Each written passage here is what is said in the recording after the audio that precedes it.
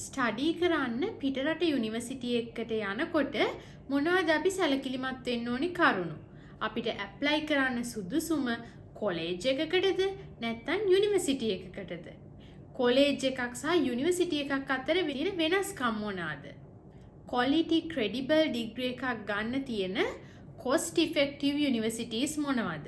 අපිට ස්ටඩි කරන්න ගැලපෙන්නේ යුනිවර්සිටි එකක්ද කොලේජ් එකක්ද? අපි කතා කරමු මේ ගැන අද වීඩියෝ එකකින්.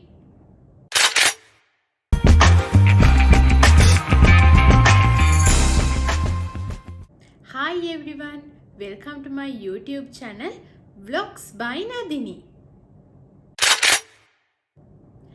මේ process එකේ first step එක තමයි ඉගෙන ගන්න යන රටක් තෝරගන්න එක. අපි කලින් වීඩියෝ එකකින් කතා කළා පිට රටකට ඉගෙන ගන්න යනවා නම් අපි කොහොමද රටක් තෝරගන්නේ කියලා. ඒ කියන්නේ අපේ educational qualifications, අපි කරන්නේ ඉන්න academic program එක, tuition fee එක වගේ කරුණු ගැන සැලකිලිමත් වෙලා කොහොමද අපිට හරියටම ගැලපෙන රටක් තෝරගන්නේ කියලා. ඉතින් එහෙනම් ඔයගොල්ලෝ තාමත් මේ වීඩියෝ එක බැලුවේ නැත්නම් මම පහළ description box එකෙන් දානවා link එක. මගේ first වීඩියෝ එක ඉක්මනට බලලා එන්න. අපි second step එකට යමු. ඉතින් අද වීඩියෝ එකෙන් අපි කතා කරන්නේ අපිට හරියන යුනිවර්සිටි එකක් නැත්නම් කොලේජ් එකක් තෝරගන්නේ කොහොමද කියලා. ඒ කියන්නේ කොහොමද අපි අපිට ඉගෙන ගන්න යන්න ඉන්ස්ටිටියුට් එකක් ෂෝට් ලිස්ට් කරගන්නේ කියලා. මුලින්ම අපි බලමු කොලේජ් එකක් කියන්නේ මොකක්ද? යුනිවර්සිටි එකක් කියන්නේ මොකක්ද? මේ දෙක අතරේ මොනවා හරි වෙනසක් තියෙනවද කියලා. මූලිකවම කොලේජ් එකකිනුත් යුනිවර්සිටි එකකිනුත් various degree types offer කරනවා. නමුත් අපි කොලේජ් එකක් ගත්තොත් කොලේජ් එකේ offer කරන degrees හරි diplomas හරි එක limit එකක් තමයි තියෙන්නේ. ඒ කියන්නේ ඊට වඩා වැඩි ප්‍රමාණයක් සාමාන්‍යයෙන් යුනිවර්සිටි එකකින් offer කරනවා. ඒ කියන්නේ අපි මොනවා හරි field එකකින් degree එකක් diploma එකක් කරන්න ඉන්නවා නම් අපිට broad range එකකින් categories තෝරගන්න පුළුවන් යුනිවර්සිටි එකක් ගත්තොත්. colleges වර්ග කිහිපයක් තියෙනවා. community colleges, vocational colleges, training colleges, liberal art colleges, private colleges විදියට මේවා categorize වෙනවා. universities ගත්තොත් public universities එහෙමත් නැත්නම් state universities සහ private universities කියලා අපිට categories දෙකක් අඳුර ගන්න පුළුවන්. colleges එක compare කළොත් universities කියන්නේ larger institutes. එතකොට university එකකින් offer කරන degrees wide range එකක පැතිරෙනවා. degrees හරි diploma හරි certificate courses එහෙමත් නැත්නම් postgraduate degrees මේවා wide range එකක විහිදෙනවා. colleges වල vocational colleges එහෙම නැත්නම් training colleges කියන්නේ especially අපේ skills develop කරගන්න industry එකත් එක්ක cooperate වෙලා අපිට එක academic programs offer කරන institutes. එතකොට මේකෙදී ඇත්තටම theoretical knowledge එකට වඩා අපේ skills develop කරගන්න practical knowledge එක තමයි වැඩිපුරම දෙන්නේ. සමහර අවස්ථා තියෙනවා අපිට දකින්න පුළුවන් යුනිවර්සිටි එක ඇතුළෙම වෙනම colleges තියෙනවා. financial aspect එක ගත්තොත් ගොඩාක් students ලගේ දැන් ප්‍රවණතාවයක් තියෙනවා colleges වලට යන්න. මොකද colleges වල tuition fee එක universities වලට වඩා සාමාන්‍යයෙන් අඩුයි. ඒ නිසා ඕගොල්ලෝ higher studies කරන්න, ඒ කියන්නේ research based masters හරි PhD හරි level එකකට යන්න බලාපොරොත්තුවක් නැත්නම් college එකකට ඉගෙන ගන්න යන්නේ එක cost effective වෙනවා. නමුත් research based masters PhD level එක දක්වා නැත්නම් ඊටත් එහාට postdoc එකක් කරන්න වගේ ඕගොල්ලෝ හිතන් ඉන්නවා නම් ඕගොල්ලෝ apply කරන්න ඕනේ university එකකට. cost effectiveness එක සලකලා බැලුවොත් අපි කොලේජ් එකේ සාමාන්‍යයෙන් අවුරුදු 2ක් අපේ බේසික් knowledge එක හදාගෙන, ඒ කියන්නේ ෆවුන්ඩේෂන් ලෙවල් එක කරලා ඉතුරු අවුරුදු 2 ට්‍රාන්ස්ෆර් වෙන්න පුළුවන් යුනිවර්සිටි එකකට. යුනිවර්සිටි එකක් ගත්තොත් යුනිවර්සිටි එකක් ගොඩාක් ඩිවෝට් වෙන්නේ රිසර්ච් පැත්තට. ඒ කියන්නේ ගොඩාක් පිටරට යුනිවර්සිටිස් ෆන්ඩ්ස් මිලියන ගාණක් ඉන්වෙස්ට් කරනවා මේ රිසර්ච් වලට. එතකොට අපිට හරියටම ගැලපෙන්නේ යුනිවර්සිටි එකක ඉගෙන ගන්න එකද කොලෙජ් එකක ඉගෙන ගන්න එකද කියලා කොහොමද තීරණය කරන්නේ? මේකෙදි මුලින්ම බලන්න ඕනේ ඔයාගේ තියෙන ක්වොලිෆිකේෂන්ස් මොනවද කියලා. අන්න ඒවා ඔයාට යුනිවර්සිටි එකකට යන්න පුළුවන් මට්ටමට සෑහෙනවා නම් ඔයාට යුනිවර්සිටි එකකට ඇප්ලයි කරන්න පුළුවන්. නමුත් ඔයාට බේසික් නොලෙජ් එක හදාගෙන ඒ කියන්නේ ෆවුන්ඩේෂන් ලෙවල් එකේ ඉඳලා යනවනම් මම සජෙස්ට් කරන්නේ කොලෙජ් එකකට යන එක වඩාත් හොඳ වෙයි කියලා. ඒ වගේම යුනිවර්සිටි එකක ගොඩාක් වෙලාවට ටීච් කරන්නේ highly reputed professorsලා නැත්තම් lecturers-ලා. ඒ කියන්නේ කොලෙජ් වල උගන්වන්නේ educated නොවන අය කියලා කියනවා නෙවෙයි මම. නමුත් මේක තමයි සාමාන්‍ය පිළිගැනීම. යුනිවර්සිටි එකකින් අපිට ලබා ගන්න පුළුවන් rich and dynamic learning experience එකක්. ඒ වගේම ඕගොල්ලෝ research පැත්තට යනවා නම් ඕගොල්ලන්ට hands on experience ගන්න පුළුවන් යුනිවර්සිටි එකකට join වෙලා research එකකට join වෙලා ඕගොල්ලෝ research එකක් කරගෙන යනවා නම්. ඉතින් අපි බලමු කොහොමද මේ යුනිවර්සිටි එකකට හරි කොලෙජ් එකකට හරි apply කරන්නේ. මේකෙදි අපි සැලකිලිමත් වෙන්න ඕනේ දේවල් මොනවද කියලා. අපි යුනිවර්සිටි එකක් හරි කොලෙජ් එකක් හරි තෝරගන්නකොට සැලකිලිමත් වෙන්න ඕනේ පළවෙනිම දේ ඔයාගේ ඇකඩමික් ප්‍රෝග්‍රෑම් එක මොකක්ද කියන එක. ඒ අනුව අපි බලන්න ඕනේ යුනිවර්සිටි එකේ හරි කොලෙජ් එකේ හරි රෑන්කින් එක, රෙපියුටේෂන් එක සහ රිසෝසස් මොනවද කියලා තමයි මේකෙදි ඕගොල්ලෝ බලන්න ඕනේ. මේක අපිට බලා ගන්න පුළුවන් QS World Ranking, එහෙම නැත්නම් CS World Ranking, Times Higher Education එකෙන් USA වලට apply කරනවා නම් US News වලින්. මම දාන්නම් පහළ description box එකේ මේවට තියෙන links මොනවාද කියලා. එතකොට ඕගොල්ලන්ට ගිහින් බලන්න පුළුවන් ඔයා යන්න ඉන්න යුනිවර්සිටි එකේ ranking එක කොහොමද කියලා. මුලින්ම ඔයා යන්න රටක් තෝරගත්තට පස්සේ ඒ රටේ තියෙන යුනිවර්සිටිස් ෆිල්ටර් කරලා ගන්න. ඊට පස්සේ ඔයාට බලන්න පුළුවන් මේ යුනිවර්සිටිස් වල රෑන්කින් කොයි වගේද කියලා. ඒ වගේම ඔයාගේ ඇකඩමික් ක්වොලිෆිකේෂන්ස් ඒගොල්ලන්ගේ රික්වයර්මන්ට්ස් එක්ක මැච් වෙනවා නම් මේ රෑන්කින්ග්ස් වලට අනුව යුනිවර්සිටිස් කිහිපයක් ෆිල්ටර් කරලා අරගෙන ඒවට ඇප්ලයි කරන්න පටන් ගන්න පුළුවන්. මේකෙදි මම රෙකමන්ඩ් කරන්නේ ෆස්ට් රවුන්ඩ් එකේදී යුනිවර්සිටිස් හරි කොලෙජස් හරි 30ක් විතර ඕගොල්ලෝ ලිස්ට් අවුට් කරගන්න. මේකට කියන්නේ ඇත්තටම 0.3 data point basis එක කියලා. ඒ කියන්නේ මේ ස්පෙක්ට්‍රම් එකෙන් අපි කැටගරිස් 3කට බෙදනවා. අපි apply කරන්න හිතාගෙන ඉන්න යුනිවර්සිටිස් හරි කොලෙජස් හරි. එතකොට මේ කැටගරිස් යටතේ ambitious, moderate, safe කියලා අපිට කැටගරිස් 3කට බෙදන්න පුළුවන් මේ යුනිවර්සිටිස්. එතකොට ඕගොල්ලෝ ambitious කියලා කියන්නේ මේක තමයි මගේ dream university එකට. මම කොහොම හරි මේ යුනිවර්සිටි එකට යනවා කියලා කවුරු හරි හිතන් ඉන්නවනම් අන්න ඒක තමයි ඔයාගේ first category එක. safe category කියලා කියන්නේ ඔයාට එච්චර අපහසුවකින් තොරව ඒ කියන්නේ ඔයාගේ දැනට තියෙන academic qualifications match වෙනවා නම් ඔයා මේ බලන යුනිවර්සිටිස් එක්ක ඒක තියෙන්නේ safe side එකේ.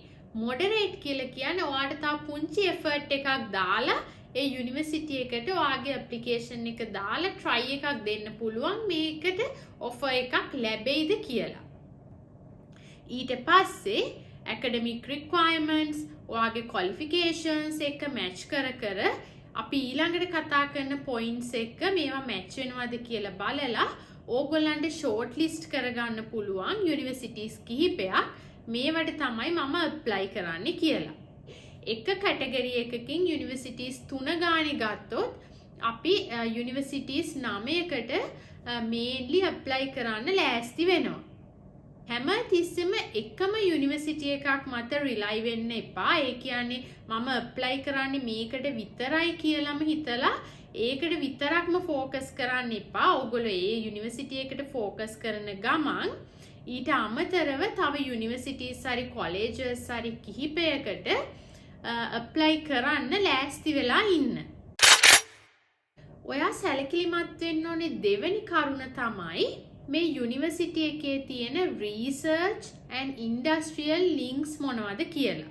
ඒ කියන්නේ අපි ඩිග්‍රී එකකට ඩිප්ලෝමා එකකට මොනාට හරි ඇකඩමික් ප්‍රෝග්‍රෑම් එකකට ඇප්ලයි කරනකොට වෙන රටක යුනිවර්සිටි එකකට හරි කොලෙජ් එකකට හරි අපේ හිතේ අයිඩියා එකක් තියෙනවා මම කවදා හරි ඉන්ඩස්ට්‍රි එකට තමයි ජොයින් වෙන්නේ නැත්නම් මම ඇකඩමික්ස් වලට ජොයින් වෙන්නේ කියලා. එතකොට ඔයා ඇකඩමික්ස් ෆෝකස් කරන් ඉන්නවා නම් අනිවාර්යයෙන්ම පබ්ලිකේෂන්ස් ඊට පස්සේ මොනවාද මේ කාලෙදි මේ යුනිවර්සිටි එකේ කරගෙන යන රිසර්ච් කියලා හොඳට හොයලා බලන්න. එතකොට මොනවා හරි යුනිවර්සිටි එකක රිසර්ච් ගොඩක් වෙනවා නම් ඒ කියන්නේ ඉන්ඩස්ට්‍රියල් පාර්ට්නර්ස්ලා ගොඩක් ඉන්නවා නම් ඒකේ ලොකු chance එකක් තියෙනවා ඒ යුනිවර්සිටි එකකින් අවුට් වුණාට පස්සේ ඒ ඉන්ඩස්ට්‍රියල් ලින්කේජ් එක බිල්ඩ් අප් කරගෙන ඕගොල්ලන්ට ඉන්ඩස්ට්‍රි එකට ජොයින් වෙන්න. ඊළඟ වැදගත්ම පොයින්ට් එක තමයි academic requirements. ඒ කියන්නේ GRE, TOEFL, IELTS, AWA ඒ වගේ ටෙස්ට්ස් ඕගොල්ලෝ කරන්න ඕනේද? ඕගොල්ලෝ ඒවා කරනවා නම් ඕගොල්ලන්ට තියෙන්න ඕනේ මිනිමම් එලිජිබිලිටි ක්‍රයිටීරියා එක මොකක්ද කියලා චෙක් කරලා බලන්න ඕනේ. IELTS 6.0 cut off එකක් ඉල්ලනවා නම් ඕගොල්ලෝ 6.0ම ගන්න try කරන්න එපා. ඊට වඩා points කිහිපයක් වැඩිපුර ඒ කියන්නේ 6.5 7 වගේ achieve කරන්න target කරගන්න. මේකෙන් ලැබෙන ප්‍රධානම වාසිය තමයි ඔයාගේ application එක ඔයාගේ profile එක strong වෙන එක සහ application pool එකෙන් ඔයාගේ application එක select වෙලා ඊළඟ round එකට යන්න තියෙන chance එක වැඩි. මේකෙදි වැදගත්ම දේ course details හරියට refer කරන්න. ඒ කියන්නේ ඕගොල්ලෝ apply කරන්න ඉන්න course එක MSc එකක් නම් ඒක හොඳට refer කරන්න website එකට ගිහිල්ලා ඉල්ලන requirements මොනවද ඊට පස්සේ course එකේ duration එක කොච්චරක්ද funding opportunities තියෙනවද ඊළඟට අපි fulfill කරන්න ඕනේ. ඒ කියන්නේ මේ degree එක කරගෙන යන අතරතුරේදී අපි fulfill කරන්න ඕනේ requirements මොනවද කියලා. academic requirements ගැන කියද්දි මම විශේෂයෙන්ම කියන්න ඕනේ සමහර colleges තියෙනවා ඇත්තටම මුදල් ගෙවලා අපි ලොකු මුදලක් ගෙවන්න ඕනේ ටියුෂන් ෆී එක විදියට. නමුත් academic program එක MSc තියෙනවා මාස 9යි 9 months යන MSc programs. නමුත් ඇත්තටම අලුතෙන්ම වෙන රටකට ගිහිල්ලා මාස 9ක වගේ පොඩි කාලයකදී MSc එකක් complete කරන එක හරිම challenging. ඒ කියන්නේ අපි ඇත්තටම ඒ රටේ environment එකට university environment එකට adjust වෙන්නත් අපිට කාලයක් යනවා. එතකොට ඒ කාලයත් එක්ක අපිට මාස 9කින් MSc එකක් ඉවර කරනවා කියලා කියන්නේ අපි බලාපොරොත්තු වෙන විදියටම අපිට knowledge එක ලැබෙනවද අපිට ඒ බලාපොරොත්තු වෙන විදියටම quality degree එකක් ලැබෙනවද කියන ප්‍රශ්නේ එතෙන්දි තියෙනවා. ඒ නිසා අපිට settle down වෙන්න කාලයක් යනවා අලුත් රටකට ගියාම. එතකොට මේ හැමදේම මාස 9ක් වගේ පුංචි කාලයකදී කරන්න අපහසුයි. ඒ නිසා මම suggest කරන්නේ ඕගොල්ලෝ මොනවා හරි MSc එකකට මොනවා හරි academic program එකකට වෙන රටකට යනවා නම් සැලකිය යුතු කාලයක් අඩුම තරමේ අවුරුද්දක් අවුරුදු 1.5 2 වගේ ප්‍රෝග්‍රෑම් එකකටවත් අඩුම තරමේ යන්න. ඒ වගේම ඔයා මේ ඩිග්‍රී එක කරගෙන යන අතරතුරේදී ඒ කියන්නේ මේ මුළු කාලය පුරාම ඕගොල්ලෝ මේන්ටේන් කරන්න ඕනේ ස්ටෑන්ඩඩ්ස් මොනවද කියලා ස්ටුඩන්ට් හෑන්ඩ්බුක් එකේ නැත්නම් ග්‍රැජුවේට් ස්ටුඩන්ට් හෑන්ඩ්බුක් එකේ ක්ලියර්ලි මෙන්ෂන් කරලා තියෙනවා. උදාහරණයක් ගත්තොත් PhD ස්ටුඩන්ට් කෙනෙක් විදියට 4.0 GPA ස්කේල් එකෙන් අපි අඩුම තරමේ 3.0 ඇවරේජ් එකක් මේන්ටේන් කරන්න ඕනේ. ඊළඟ වැදගත්ම දේ තමයි employment data. මේකෙදි ඕගොල්ලෝ බලන්න ඕනේ ඕගොල්ලෝ කරන්න යන්නේ research based degree එකක්ද course based degree එකක්ද කියලා.